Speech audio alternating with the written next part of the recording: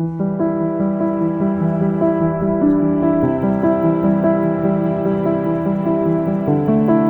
história do café, em Jandaia do Sul.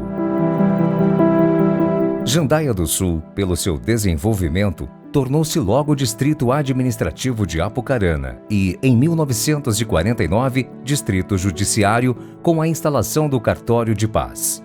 Foi levado à categoria de município a 14 de dezembro de 1951 pela Lei Estadual nº 790, sancionada pelo governador Bento Munhoz da Rocha Neto e cuja instalação ocorreu exatamente um ano após, ou seja, a 14 de dezembro de 1952. A comarca de segunda instância foi criada pela Lei Estadual nº 1542 de 14 de dezembro de 1953, que na época era formada pelos distritos de Bom Sucesso e Marumbi, que posteriormente tornaram-se municípios emancipados. Motivado pela divulgação sobre a venda de terras pela Companhia de Terras Norte do Paraná, Jandaia tornou-se logo um centro de convergência de agricultores, estes vindos dos mais diferentes e distantes rincões do estado e do país. Aceitando o desafio, vieram com suas famílias desbravar as densas matas por sua alta fertilidade e ótima localização geográfica. A história do café em Jandaia do Sul é um capítulo fundamental no desenvolvimento da cidade. A prosperidade econômica de Jandaia do Sul foi inicialmente impulsionada pela agricultura, com destaque para a cultura do café. A cultura do café impulsionou o crescimento econômico e trouxe prosperidade para a região durante várias décadas. Os pioneiros que chegaram a essa região por volta de 1942, 1943, a finalidade deles era desbravar, desmatar e plantarem o café. Esse café foi o que impulsionou o progresso da cidade de Jandaia do Sul, porque a bebida é ótima, bebida dura, e a grande quantidade de café daqui originado era transportado através de caminhões e depois pela estrada de ferro. A maioria do café produzido no patrimônio na cidade de Jandaia do Sul era para exportação. A cidade apresentava, na época, várias cafeeiras, ou seja, máquinas de café com a finalidade de trabalharem o café e separarem para a exportação. O solo roxo, extremamente fértil, e o clima adequado fizeram do café uma cultura altamente produtiva e lucrativa, transformando o Norte Novo em uma das áreas mais prósperas do estado do Paraná. Na época em que eu vim para cá, não havia estradas, havia estrada de chão, daqui até Curitiba. Então a gente tinha de vir de avião. E alguns, como os médicos, aqui alguns médicos, vieram de trem, do Rio de Janeiro de trem. E a dificuldade era muito grande, mas aqui o café dominava.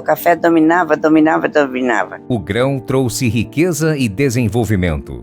Formou e ampliou linhas de estrada de ferro, criou cidades e fez surgir a região que antes era inexistente. A nossa região aqui, você lembra que era puro café, principalmente as montanhas, puro café. E tinha casa de todo lado, bastante família.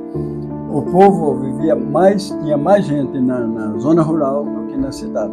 Atraindo investimentos em infraestrutura, como estradas, ferrovias e serviços públicos. A cidade cresceu rapidamente e novas áreas urbanas foram planejadas e construídas. O café expandiu, transformando terras vazias em centros urbanos vibrantes, florescendo sob o toque do grão mágico. Era como se essas terras únicas transformassem os vazios em oportunidades, os sonhos em realidade. E os grãos do café eram conhecidos como ouro verde.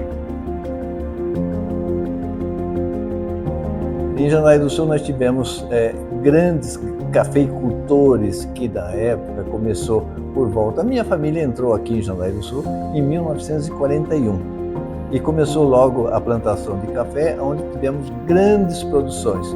O transporte do café era feito principalmente por estradas. Com a colonização e o desenvolvimento das áreas de cultivo de café, houve uma necessidade crescente de construir e melhorar as estradas para facilitar o escoamento da produção. Muitas estradas eram de terra, o que tornava o transporte difícil, especialmente durante a estação chuvosa. Os caminhões eram os principais meios de transporte terrestre. O café colhido era ensacado e carregado em caminhões que o levavam até armazéns das estações de trem. O período áureo do café deixou um legado cultural e histórico significativo em Jandaia do Sul. Muitas famílias que vieram dessa cultura mantêm viva a memória desse tempo, e a história do café é parte integrante da identidade local. Eventos e celebrações ocasionalmente homenageiam esse passado. No dia 18 de julho de 1975, uma forte geada ocorreu na região do norte do Paraná, atingindo as plantações de café, ficando conhecida como Geada Negra de 75. O fenômeno natural que dizimou as plantações é mencionado pela historiografia e mantido na memória coletiva da cidade como responsável pelo fim da cultura cafeeira. E daí, depois dessa geada de 1955, aí nós passamos 20 anos sem ter mais um problema de frio nada. Já só, todo ano tinha boas colheitas. Em 75 deu a geada negra, que não ficou um pé de café vivo. Morreu tudo. No entanto, além desse episódio específico, outros fatores externos já indicavam a decadência do café na região, como a política de substituição da cafeicultura por outras culturas. Em 75 a geada queimou tudo o café nosso, e depois eu gosto do café, e continuando aqui tocando esse café aqui, e o café, toda a vida foi o pão de cada dia nosso. Então aqui era tudo café, ó, tudo.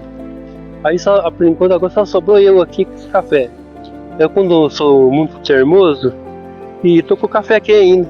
Falta de emprego e miséria foram algumas das consequências da geada negra para aqueles que tiravam da lavoura cafeeira seu sustento. Em 75 veio a geada negra, matou tudo o cafezal, acabou com o cafezal. As pessoas que dormiram ricas amanheceram pobres. O destino escolhido, em grande parte, por aqueles que não eram proprietários, foi o das cidades. Algumas do Paraná, como Curitiba, que teve um grande aporte de pessoas coincidindo com a implantação da cidade industrial. Aí começou o êxodo rural. Todo mundo foi embora para a cidade. Um ia para Campinas, outro ia para o Rio de Janeiro, outro para São Paulo. E daí aonde que Curitiba esparramou por todo lado. Aí ficou pouquinha gente na zona rural. Na Praça do Café, o trabalho dos cafeicultores é exaltado em um monumento, por meio de desenhos entalhados nas 4 faces, lembrando o importante ciclo econômico.